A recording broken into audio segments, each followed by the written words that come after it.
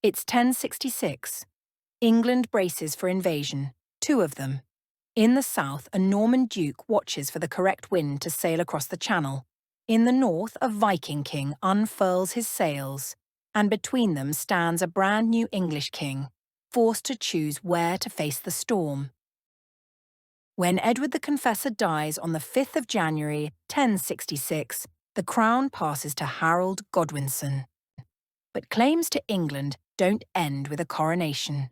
From Norway, the most feared warrior of his age, revives an old pact and declares England for himself. There's a third voice. Godwinson, Harold's exiled brother, hungry for revenge after losing Northumbria. Through spring and early summer, Tostig raids England's coasts, testing defences and seeking allies. Driven off more than once, he turns to Norway, where he finds a willing partner in Hardrada. By late summer, a Norwegian fleet, hundreds of ships, gathers in the North Sea. Expecting the main threat from Normandy, Harold stations his fleet and the 3rd, England's part-time militia, along the south coast. But supplies run thin. On the 8th of September, Harold dismisses most of the 3rd to harvest and rest. The next phase of the crisis begins. Mid-September, Hardrada and Tostig look to force their claim and sail up the Humber on England's east coast and invade. They move on York, England's great northern city.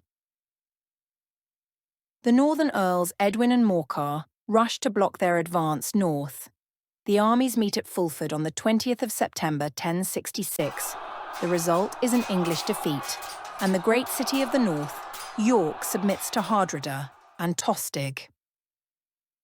Hostages are arranged, with more to be handed over at a quiet crossing east of the city, Stamford Bridge. News hits London like a thunderclap. Harold makes the boldest call of his reign. He leaves the south and races north. He drives his men nearly 180 miles in 4 days. An extraordinary feat of endurance at the time. Towns along the Great North Road see a blur of mail, and spear points pass through them. At Tadcaster, just south of York, Harold halts only long enough to plan a surprise manoeuvre. Meanwhile at Riccall, the Norwegians relax. York has yielded. The hostages will come tomorrow. Hardrada orders a portion of the army to march light to Stamford Bridge. Many leave their mail shirts behind in the late September sun. Their banners, the Land Waster and Raven standards, move east along the valley. Few scouts ride far.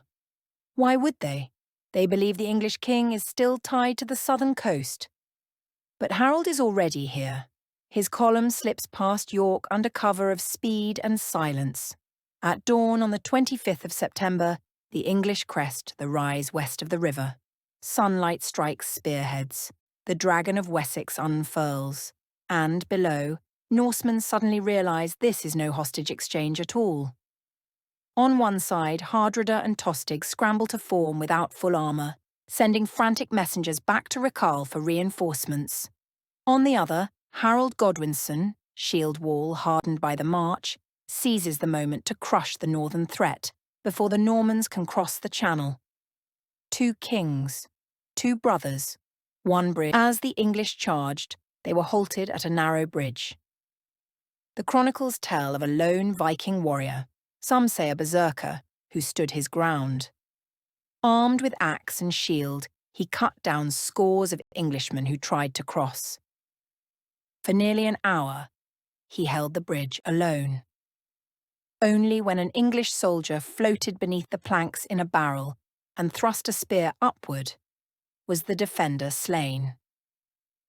That single warrior's sacrifice gave his comrades precious time to form their lines on the far side of the river. With the bridge taken, Harold's army surged across. The English housecarls, wielding great 2-handed axes, hacked into the Viking shield wall. Behind them came the 3rd, farmers and townsmen, armed with spears and farm tools, adding weight to the assault. The Norse fought bravely, but many wore no armour. their mail left behind in the heat of the morning. Spears splintered, shields shattered. Men fell by the hundreds. The clash raged for hours beneath the September sun. At the height of the fighting, Harald Hardrada led a charge. His tall frame towered above his men, swinging a great sword. His courage inspired his warriors. But then, fate intervened. An arrow struck his throat. The King of Norway fell, choking on blood. Still, the Norse fought on under Tostig Godwinson. Harold Godwinson, seeking to spare more bloodshed, offered his brother peace. Tostig refused. He would not live in his brother's shadow. Tostig too was cut down. With both leaders dead, the Viking army began to collapse. The Norsemen broke. Many fled toward their ships, and there the English cut them down. Of the 300 ships that had crossed the North Sea, only 24 were needed to carry the survivors home. Thousands lay dead upon the field. The Viking Age, begun nearly 3 centuries earlier with raids on Lindisfarne, ended in blood on the banks of the Derwent. The Norse relied on the shield wall, men shoulder to shoulder, shields overlapping, spears bristling outward. But without proper armour, under a surprise attack, even the strongest shield wall could not hold. Stamford Bridge showed the power of discipline, preparation, and speed. Harold Godwinson emerged victorious, crushing one of the greatest Viking armies ever to set foot in England. But the cost was high. His men were bloodied and exhausted. Scarcely had the battle ended when word came that William of Normandy had landed on the southern coast. Once again, Harold forced his army to march, but this time southward. On the 14th of October 1066, Harold would face another invader, but this time at Hastings. This time, the outcome would be very different. The Battle of Stamford Bridge marked the end of the Viking Age. It was a triumph for Harold Godwinson, and a tragedy. For the victory that saved England in the north left his army too weak to hold the south.